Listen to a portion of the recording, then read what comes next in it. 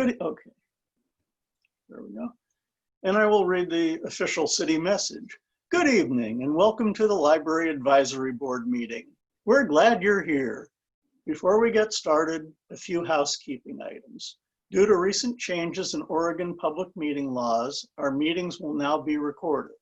Once the video is processed by the city's web team, it will be published on our board's webpage for public viewing.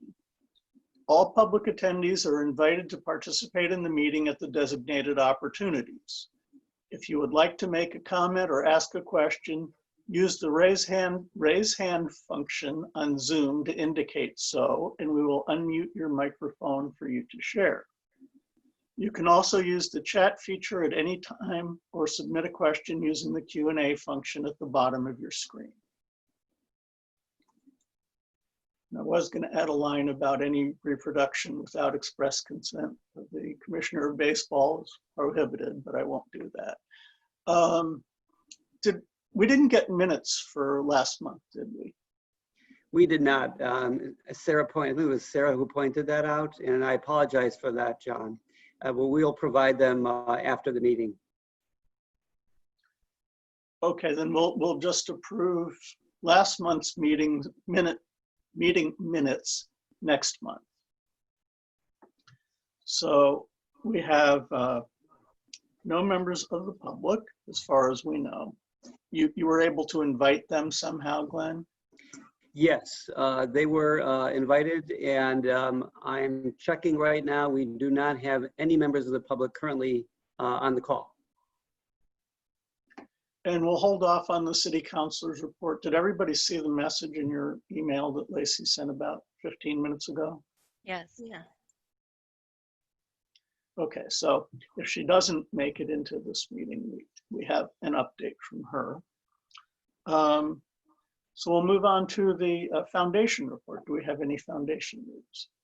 Yes, so the foundation met last month virtually. This month, the board opted to just correspond via email. We have been successful in obtaining some assistance from a member of the library staff to help the foundation board with some research into the purchase of a bookmobile, as well as research into mobile Wi-Fi hotspots, which the foundation board both of which the foundation board expressed an interest in helping to sponsor. That library staff member will also be available once this research is completed, with helping to provide assistance in fundraising, a variety of fundraising tasks, including identifying potential funding sources, as well as helping to mine the foundation database to identify additional donors and whatnot. The foundation is still seeking additional board members. So if you happen to know of someone whom you think would be a good fit for that board, please keep them in mind and send any prospective suggestions for any prospective board members to my attention, if you would please. And then we also have the library's volunteer manager, who is also working to identify prospective board members through our existing group of library volunteers.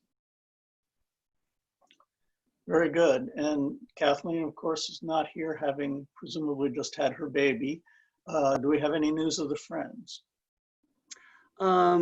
Only insofar, John, as I have heard. To the best of my knowledge, they're still admitting limited numbers of people to the book corner for purchase of items. They continue to sell materials through their online store, which has been fairly successful of late. And then we also had a meeting with members of the Friends board with the architect and design firm who's working on drawings for integrating the Friends retail operation into the library. So that meeting was held about 2 or 3 weeks ago to do a walkthrough on site of the spaces that we, identified for the retail operation of the Friends store, as well as some of the back of the house opportunities for shared processing spaces and storage space. And there's also some discussions taking place about the possibility of some additional storage space, possibly some office space in the city's Griffith building once the public safety division moves into their new building, which is now scheduled for the end of August. Okay. Do we have any other old business to discuss? I just had one quick question. Sarah? Yeah, because I wasn't here last month and I saw I missed a musical bench update. I was just curious what that was because I'm really excited for that project. Oh, I'd be happy to respond to that. Based on this board's recommendation, the Tualatin Valley Creates, I think is the name of the organization that's spearheading this initiative, along with the Beaverton Downtown Association representative to that organization, decided to target the third option, which was the this board's first choice, which, if you recall, was the bench located on the City Park property. By the farmer's market? Yes, across the Okay. street from Boulevard. And last I heard from them, they were going to proceed with that as the desired site for the musical bench. And as a result of that decision, they had pivoted to begin working with another member of the city staff since the library site was no longer in play as a location. So I haven't heard anything since that time. So to the best of my knowledge, that project is moving ahead, best I know, with that proposed site. Okay, great. Thank you. Okay, we'll move on to new business, which we have one very big item, which is the proposed removal of fines. Also, minor item, the city will begin its annual boards and commissions recruitment process next month. We have, at this point, I believe, a full board with 7 members, none of whose terms are expiring. We would like to add an alternate. We may add, by our bylaws, 2 alternates. So if you know of interested people, have them get in touch with, well, have them apply through the city process on the city website. And we'll have more information next month, because obviously there will not be the traditional live in-person volunteer or recruitment fair for the boards and commissions. So Glenn, we'll move on to the director's report, and you can include the discussion of the proposed fine removal. Okay, very good. So I'm just going to pull it up over here on my end. You can all still see me, correct? Yes. Okay, very good. All right, so moving on to the director's report. I want to begin with some responses to some questions from last month's board meeting. The first of which was a question regarding the percentage of patrons who are opting into contact tracing. If you recall, this board recalls, we had a discussion, I believe it was last meeting, about the implementation of contact tracing for the purposes of getting in touch with folks who have been in the library building when there has been a known case of COVID at the time when they were in the building, for the purposes of following up with those individuals to let them know that they may have been exposed to someone who later tested positive.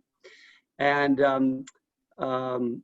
we are experiencing 20% of the users of our computer lab, which is currently the only service that we are providing on site for residents. Our curbside service is a contactless service which is being provided outside of the library, but the only service we are providing inside the library proper, off of the lobby and the Kathy Stanton room, is our computer lab. And 20% of those people who have taken advantage of that service are opting into the contact tracing, voluntary contact tracing. Moving on to the next question regarding Wi-Fi hotspots. So we have The answer is twofold. As mentioned, we have a member of the library staff who is doing some research on Wi-Fi hotspots on behalf of the Library Foundation, who's expressed an interest in helping to sponsor the purchase of those. And then we are also working with the County Library Cooperative, who provides the Wi-Fi access for inside of the library, to expand Wi-Fi connectivity in the library, in the lobby of the library, so that we can make it available to members of the public as part of a limited reopening into the building. And earlier today, as a follow-up to the meeting we had, I believe it was 2 weeks ago, with a technical support staff member from the library cooperative, we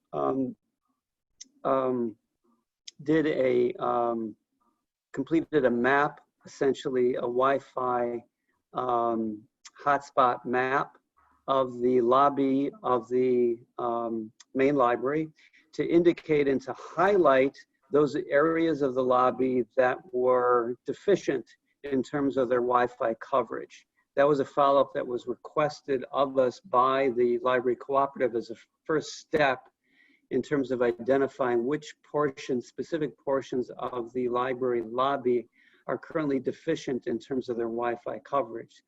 That way they know where to put the focus. So that map was just made available today. We will be forwarding that either later today or tomorrow to the county for their follow-up. So I hope to have more information to share with this board at the next meeting. The next question had to do with the continuation of virtual story times and whether or not we would be doing that in the current under current circumstances, while we are providing virtual programming during the coronavirus period and while the library is closed to the public. And the answer to that question is yes. We do not have any plans to curtail our virtual story times. They continue to prove very popular with residents. And so we do plan to continue with virtual story times for the foreseeable future. The next and last question from last meeting was about live streaming programs. And the answer to that question is that the majority of the programming, virtual programming that we are currently doing is synchronous, which is another way of saying that it is happening in real time via video conference with patrons and staff interacting. During the summer we have had 5 weekly asynchronous events, specifically story drops, where staff will read a picture book and post the video of it to Facebook.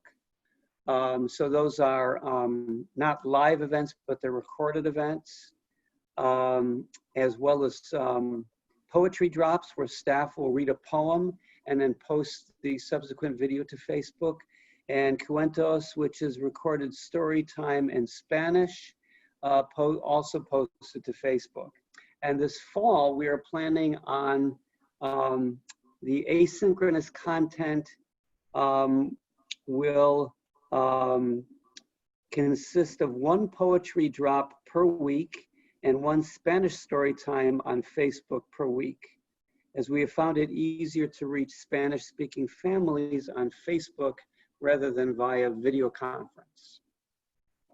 And with that, I'll move on to the director's report itself, and beginning with an update on a new initiative that we recently started, and that is we are currently supporting 12 little free libraries in underserved neighborhoods in the city of Beaverton. And we are providing books, replenishing the supply of books for those little free libraries. We have also been sprucing up the actual physical little free libraries themselves, including one at a local elementary school where we replaced the plexiglass window of the unit and got a nice shout out from the principal as a result. And we're also sanitizing the books in those little free libraries. So this is a new initiative that we just launched, and to provide support for local little free libraries.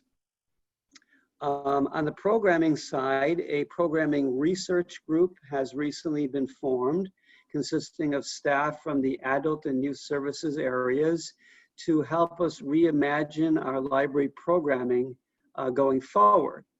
So their recommendations will impact our future programming beginning after October. With the exception, that is, of story times, which are currently set for the fall. In other library services, our Ask the Library service continues to be available 7 days a week via phone and email to answer questions, provide book recommendations, and assistance in the use of digital resources. In terms of our other current services, our curbside service is now available 6 days a week. As mentioned, while we were, prior to the meeting started, informally we were talking about we will be moving to a hybrid model beginning most likely next month that will accommodate a combination of scheduled appointments as well as walk-ups or unscheduled appointments. We are averaging approximately 40, continue to average approximately 40 appointments per hour. And through July, we have provided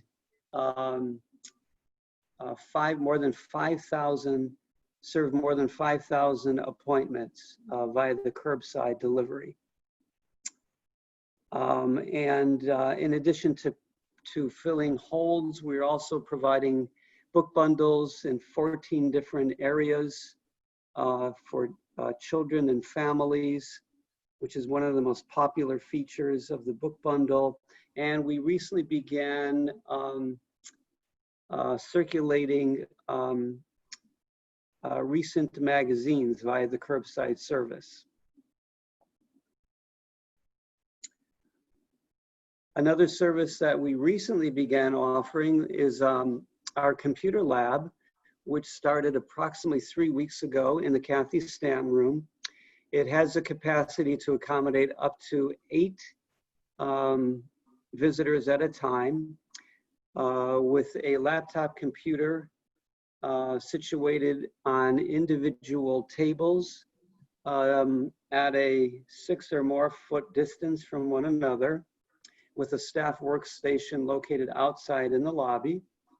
We are screening patrons as they enter for COVID symptoms and requiring them to wear face coverings. We have them available for patrons who do not have a face covering of their own. And we are currently scheduling appointments for 30-minute slots, and patrons may schedule 2 appointments per week.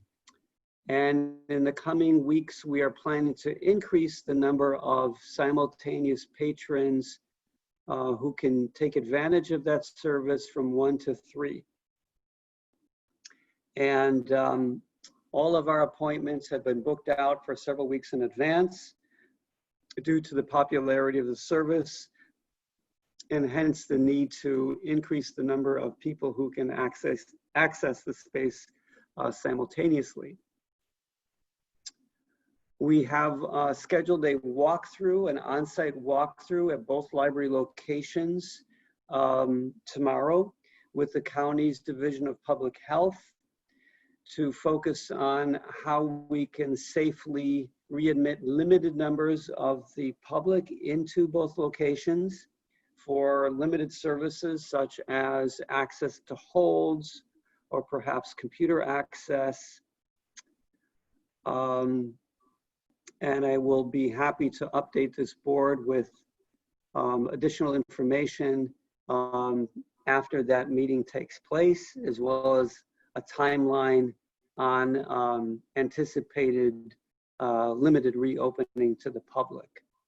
Currently, there are 2 libraries in the county as part of the library cooperative who are admitting limited numbers of members of the public into their spaces, and that is Cornelius and Banks.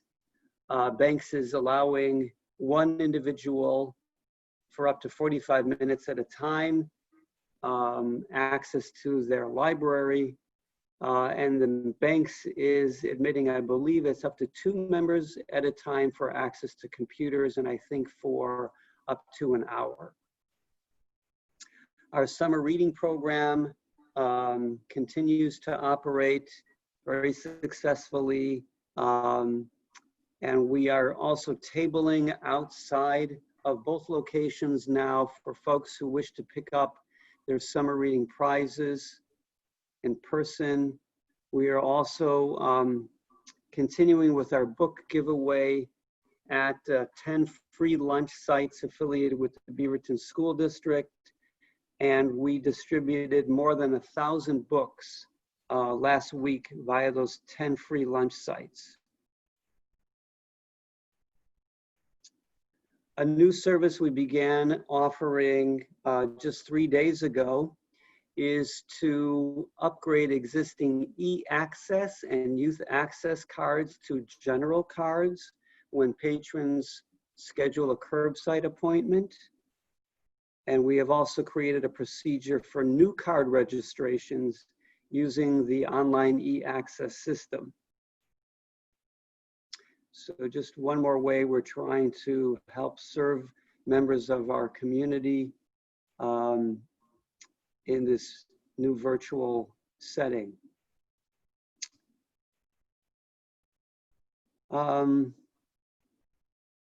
Let's see, in other news,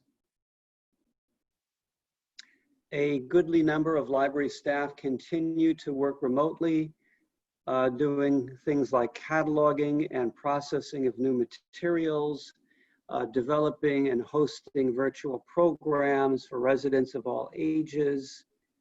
And then as our curbside service has expanded, and now that we're doing providing a computer lab service, we of course have having more staff return on site to the building to assist with those services. In terms of facilities, the city recently contracted with a local architecture firm to manage the build out of the 4 study rooms inside of the library. That company, that local architecture firm, YGH, recently submitted drawings for the build out of the study rooms. And those drawings are currently under review by the city's engineering division. The city, within the past year, I believe it was, contracted with a firm to manage the city's HVAC systems, and I believe 2 city locations, including the main library. They completed an audit of the HVAC system, and this fiscal year we will be expending funds for them to fully automate the control systems for the HVAC system. And then next year we will be allocating funds for them to do some additional maintenance on the system to bring it fully up to speed. And just continuing with the director's report, we continue to get periodic feedback from our patrons regarding our virtual and curbside services that we've been providing. And as a matter of fact, we just received some feedback today, which I would like to share with this board in the form of a couple of thank yous that arrived via the library's book drop. In fact, if I may, go ahead and share my screen, I would like to go ahead and share with you all some of the feedback that we just received today. Can you all see my screen? Yes. Yes. Yes. Okay. So you can see there's handwritten notes along with some stickers that we received from folks expressing their appreciation for services that we're providing, and in particular, I'm not sure if you're able to read the handwritten note, but it says BCL and WCCLS of course being the County Library Cooperative. Thank you for all you are doing to keep books in our community. Our family treasures our BCL to go pickups. Every pickup is like finding treasure, both in books we have requested and surprise bundles. Right. Endless thanks to you all, from signed by this particular family. So I just wanted to share that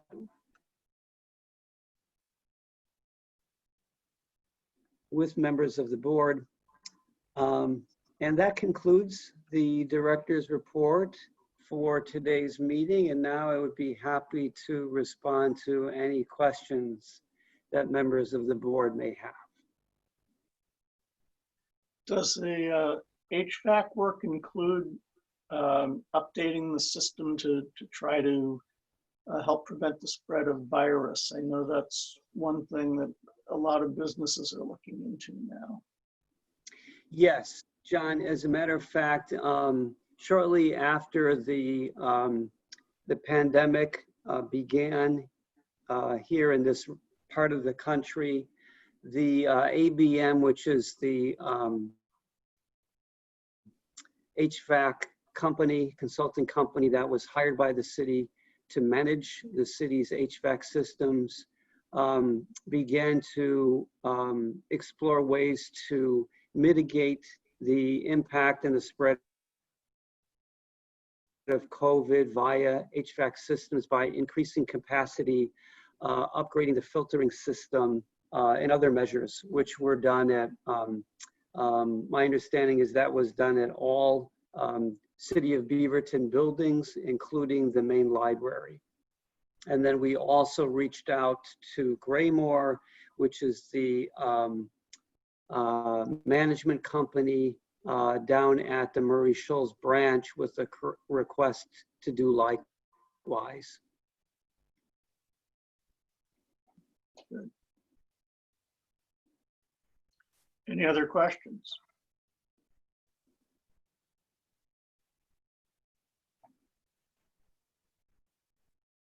Okay, you want to move on to the new business then?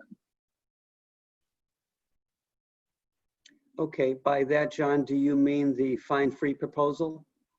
Yes. Okay, if I may, then what I'd like to do is I prepared a one-page summary for easy reference, which I would like to share, if I may, with the board. I did pass that on this morning, but maybe not everybody's had a chance to look at it yet. Okay, so I've got it up on the screen for convenience for the board members. So the this one-page proposal, the first part of which provides some of the context regarding assessment of fines in the public library world, which historically has been done to incentivize the timely return of library materials. However, there's no current data that demonstrates a connection between that, the assessment of fines, and timely return of items. And as a matter of fact, there's evidence that suggests to the contrary, and that and moreover that it keeps users away from the library as they accrue fines. A certain percentage of library users begin to stay away from libraries out of concern that they will be denied access or be forced to pay overdue fines, and in some cases that they cannot afford. Moreover, there's evidence that eliminating fines actually reduces barriers to library access, specifically for underserved communities, and also helps to results rather in the return of overdue items, and also helps to free up staff time, specifically for more positive interactions with library users. And then COVID has also impacted and exposed inequalities in our communities. Washington County is now experiencing a 14% unemployment rate. Our communities of color have been disproportionately impacted by COVID, and families are now facing a very challenging school year ahead. And public libraries play a crucial role in the well-being and education of our communities and should be accessible to everyone, particularly now. And eliminating overdue fines is a very significant step in the direction that would demonstrate our commitment to service, access, and equity. And then from a financial impact, last fiscal year, Beaverton City Library collected approximately $67,000 in fines. And by comparison, Hillsborough Public Library collected approximately $58,000 in fine revenue. Now for this fiscal year, the current fiscal year that began July 1st, the city of Beaverton had already budgeted for less fine revenue as a result of the pandemic due to the library's closure. Moreover, WCCLS, the library cooperative, has canceled all fines dating from March 2020 due to the pandemic.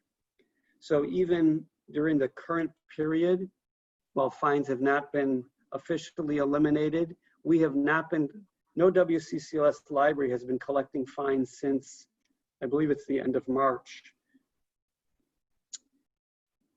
And lastly, the library fund, the Beaverton City Library Fund is slated to receive approximately $19,000 in the coming month or two in online overdue fees collected last quarter, which will partially offset the loss of revenue. And then lastly, when it comes to implementing this proposal, that is subject to approval by the Washington County Board of Commissioners. The Washington County Executive Board had expressed their interest and their support for this proposal. But again, that is subject to, ultimately it's subject to approval by the Washington County Board of Commissioners. And there's no date as yet as to when that proposal will be voted on, but the library cooperative is hopeful that it will pass and that we can make that effective beginning January 1st of the coming year.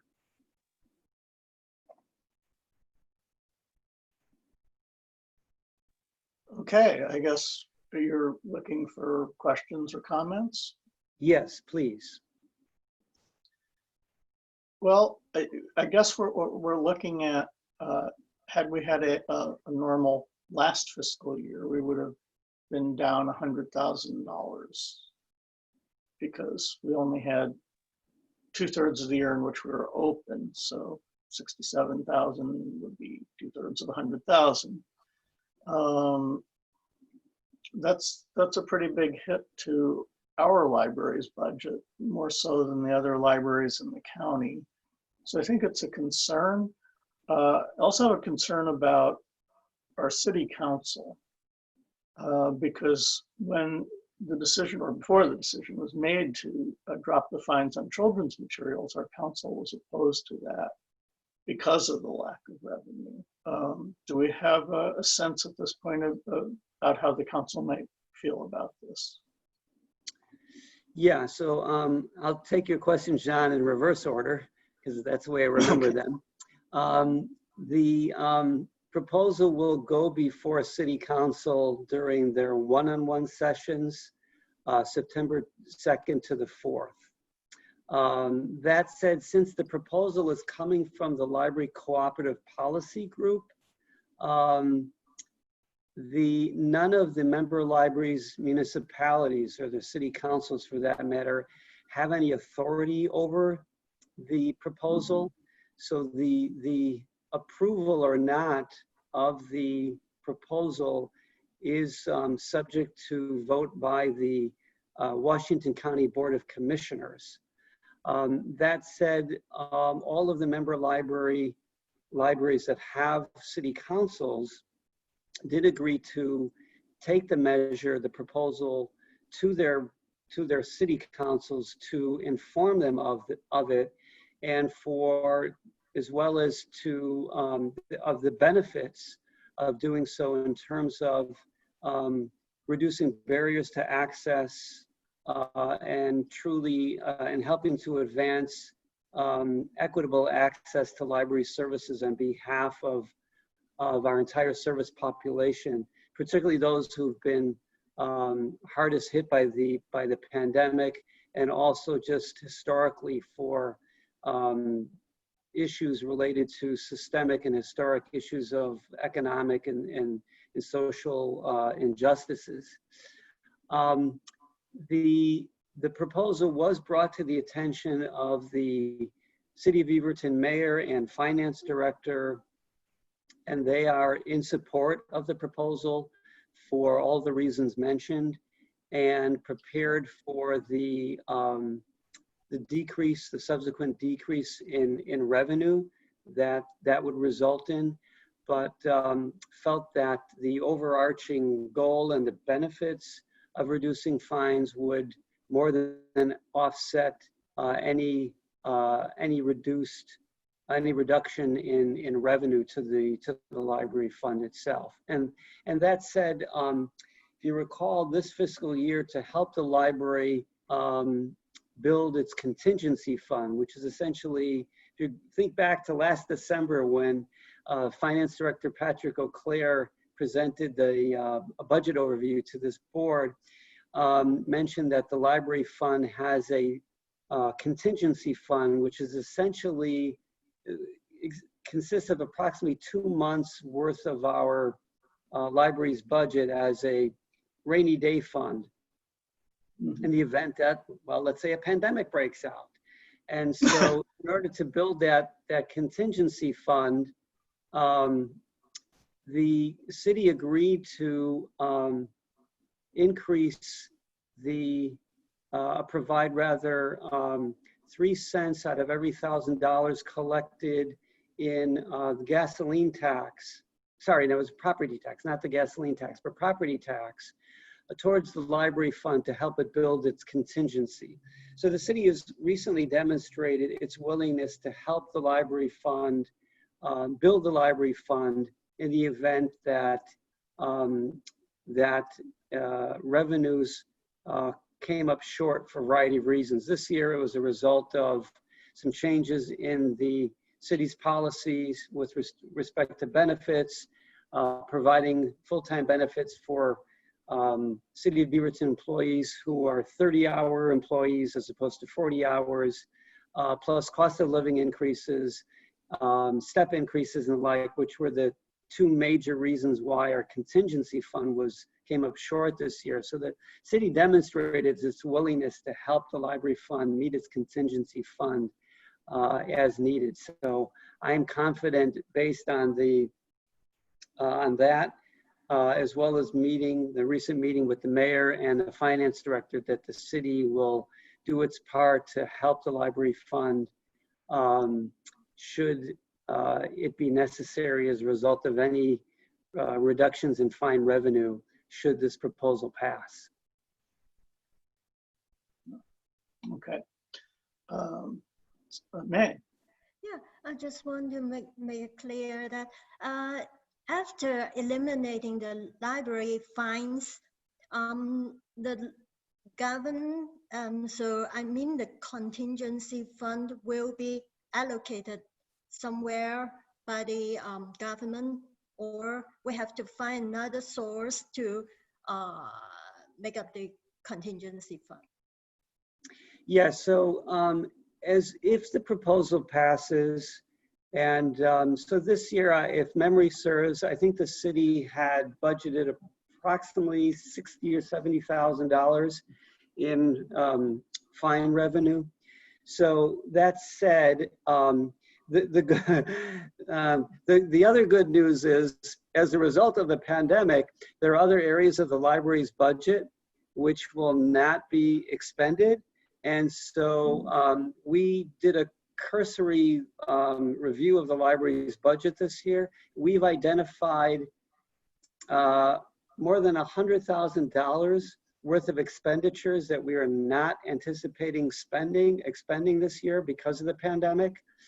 And so therefore, that in and of itself more than makes up for any reduced fine revenue for at least this fiscal year. So I don't think we'll have to tap into our contingency budget for this fiscal year. And then next year, as part of the library budget process, we will just budget accordingly. So that said, I don't anticipate that we will see any negative impact to our budget as a result of any reduction in fine revenue should the proposal pass. But you have online fines, yes? Online overdue fine.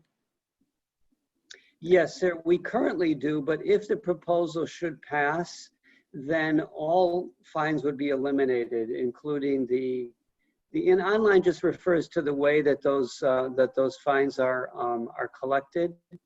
So if the proposal passes, it would eliminate all fines, regardless of how they're collected, whether they come in via online or they come in, over the counter.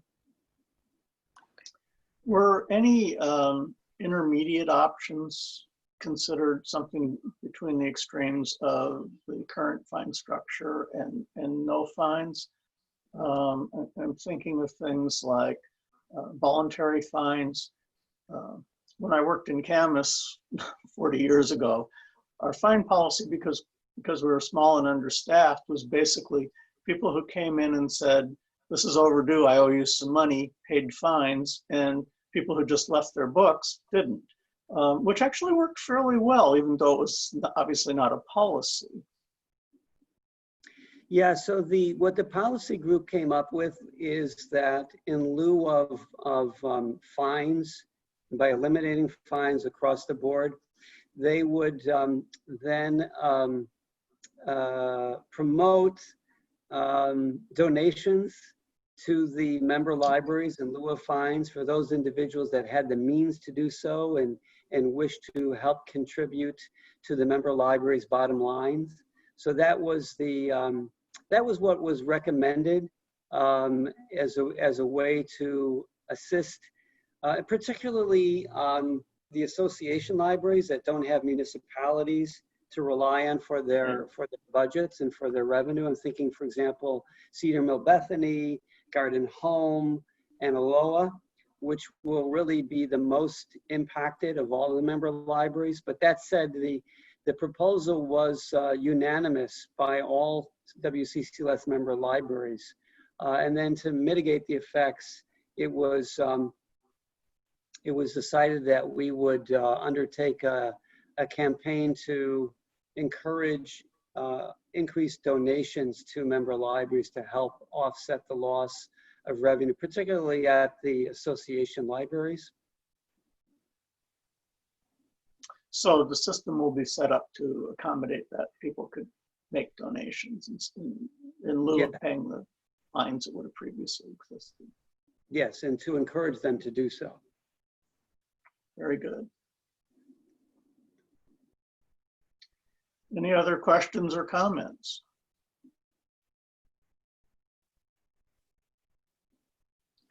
Wow, okay.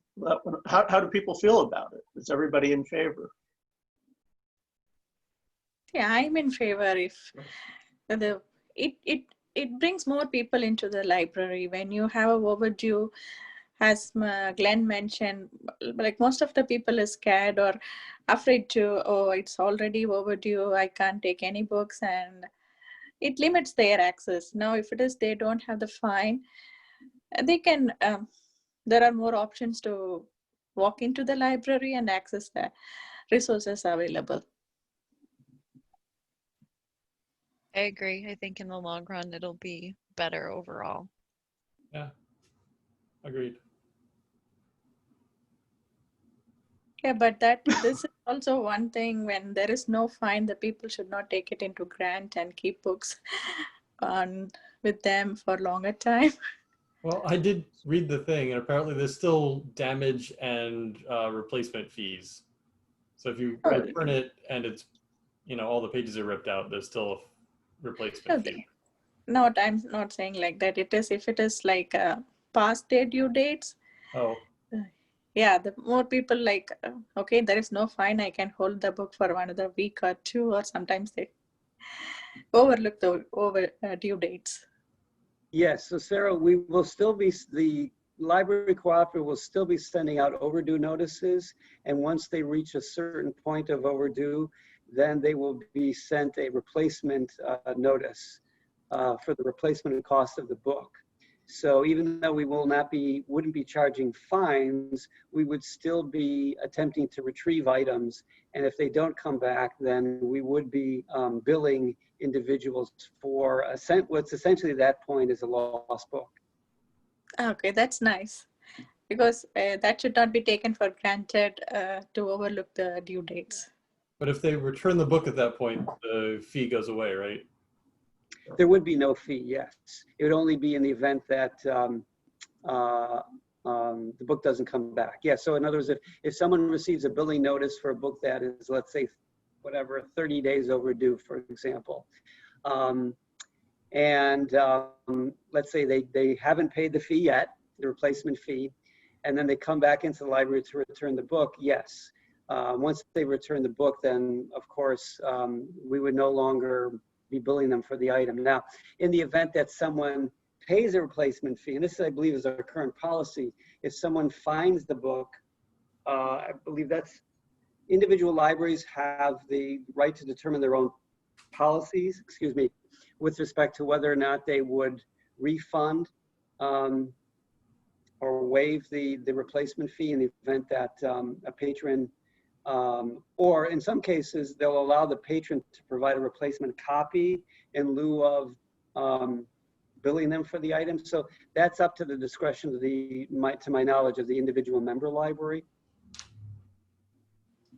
Which would make sense, because if the library's already replaced the book, expended the money to do that, a refund would be kind of unfair. I want to comment on Sarah's point, which I think is a really good one. I can see where people would accept it as kind of a luxury to not have to get books back on time or other materials. Just for example, with the current system, if you want to pick up holds, you have to make an appointment. And because I did a poor job of planning this, my books were due a couple of days before I could pick up holds. So, and I didn't bother to check to see if I could all be renewed or not. I had a pretty good sized pile, and I wound up making a special trip to renew them. But if I had the luxury, I'd have waited an extra couple of days till I was going anyway. Yeah. And I assume all of that is taken into consideration. Yeah, some of the documents that they sent out said basically within a week of the due date, basically everything, 95% of the stuff comes back, even without fines. Right. So yeah, it might be a week slower, but no fines, so it's nicer. Yeah, no fine is always welcome. Only the thing is like library budget is affected, and city is like, city has to concern more money into library. that is the one, but people always will enjoy no fine.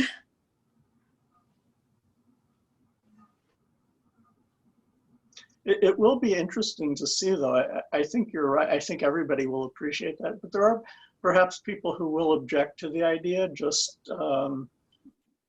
on principles of fairness, or because they're resistant to change, or anything like that, I suppose. Well, they're welcome to donate money. Yes. Yeah, one of the policy is like food donation for the replacement of the fine. Like you can donate food for your fine. That one, I don't know what will happen to that policy, because at least the people provided food to get rid of their fine. Now it is all depends on their donations. Well, We'll have to we'll come have up to with think another creatively reason. about that one. Yeah, it wasn't like early ones advice they provided with you can donate a can for $2, fine will be removed. So people could donate the cans. Like now, it's again a part of the donation. It comes in. And maybe instead we can apply that towards the replacement cost of a book if you lose it. Bring in some cans of food and we'll count that towards the replacement cost. Oh, Or I come think up that's with a some great other idea. creative, Yeah, way to market that. might be that's a good one.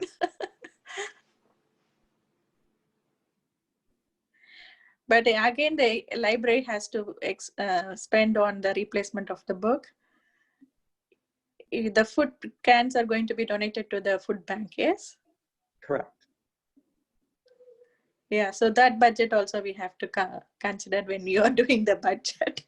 Yeah, either way we would be absorbing the cost, because whether it would be going towards fines or the replacement cost, it would be a loss of revenue or an expenditure, etc. So, but yeah, that's something that it's all part of good promotional, good relations with the community. That's been a very popular program, the food in lieu of fines. So I think that's something that we'll want to continue in some capacity, just because of the goodwill that it engenders, and it's also another community benefit. We get a lot of donations, food donations, which helps other folks out. So I think we'll probably look at some way of continuing with that program. Yeah. Maybe we could have a giveaway or something in return for the cans. Something for kids, something for adults. Yeah. Yeah. But the no fine is a very positive sign to welcome more persons into the library. And also, as you said, it develops some positive communication with the library staff and the people who are in the library. Yeah. That's all from my end. Very Thank good. you. Did you have anything else to report, Glenn? I'm sorry, John, can you repeat the question? Did you have anything else to report? Or was there some action we were supposed to take with regard to the fine policy? No, Andrew, it was more of an FYI, because as I mentioned, the authority for approving or not this proposal rests with the county's Board of Commissioners. Okay. So we're just, all the member library directors have agreed that we will bring it to our respective boards, our city councilors, to inform folks of the proposal and the process, because we felt it's obviously it's a very important proposal. It has significant impact to the community and financial impact, etc. So we all agreed that it was important and critical for us to share this information with our respective governing boards, and to provide this information so that they were all aware of this proposal and the timeline should it be passed. Okay. Thanks, Glenn. Yeah. Since WCCLS is funded as a special district, is there any reason why the city councilors might have an objection? I mean, the county commissioners. So in terms of the funding, the funding for the WCCLS comes from two sources. One is the general operating fund of the county. So it's not technically, it's not a special district like the Multnomah County Library. And then the other, maybe what you're thinking of, John, is the local levy option, which is, comes up every 5 years. And that's, that's put to the voters every 5 years. The impact would be, the interesting thing is, so where does that revenue go? So if we stop charging fines, there's only one library that's connected to the county, and which is West Slope. So fine revenue that goes to the 12 out of 13 libraries goes either to those member libraries, either to their municipalities or to their library associations. The county doesn't see a cent of that fine revenue, except in the case of West Slope, the only library that the county manages. So I don't know off the top of my head what the fine revenue was at the West Slope last year. Although, 1 minute, I can find it out for you right now. It would be relatively small. I think we could be assured of that, but let me get you the actual number. West Slope Library, fines collected in last year, $7,253. So, Washington County's budget, 500 million, I don't know. It's, but $7,200, I can't imagine that any commissioner would be objecting to the proposal on those grounds over loss of revenue. Right.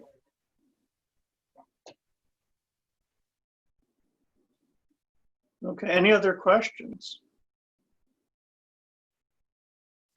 Okay, well, we started half an hour late and we're going to finish approximately on time then. Next month's meeting will be September 9th. Oh. And since, I don't know, I'm sure you got multiple email messages from the city and the library today. One of them was Jennifer's newsletter, if nothing else, which mentioned the city's buildings will be closed until mid-November at this point, with some partial reopenings, as Glenn described, for the library. So we will be looking at having next month's meeting the same way, I expect. And with that, I think I can call the meeting adjourned at 7:34. Great. Hey, really quickly, I do apologize. I will not be able to attend next month's meeting. I will be in Denver for a funeral. Oh, sorry. And I just wanted to make sure that, because Kristen's not here, somebody is logging this for our volunteer time. Yes, Okay. Oh, that would be Jennifer. So I'll make sure she gets that information. Thank you. Okay. Thank you, guys. So I won't be here next month, but I will be in October. Yeah. Mhm. Okay. okay. Thanks You for know, joining us. because it's virtual, if depending on how tied up you are with family activities, you certainly could join us, perhaps. I will probably be on a plane. Okay. I will bring my laptop if I can. It's not that big a deal. I just, just putting it into your head that it might be a possibility. It might work on my phone, right? The program? It Yeah, will. Zoom, if you You can download the call Zoom- in. Okay. Okay. And or Okay. if you download the Zoom app, Sarah, that should work for you as well. Okay. I might be able to do that then. Yeah. Okay, great. Thank you, guys. Okay, thank you. Good night, everybody. Good night. Good night. Again, apologies for the technical difficulties. Thanks for hanging in there. No problem. Thank you. Thank you. Bye-bye.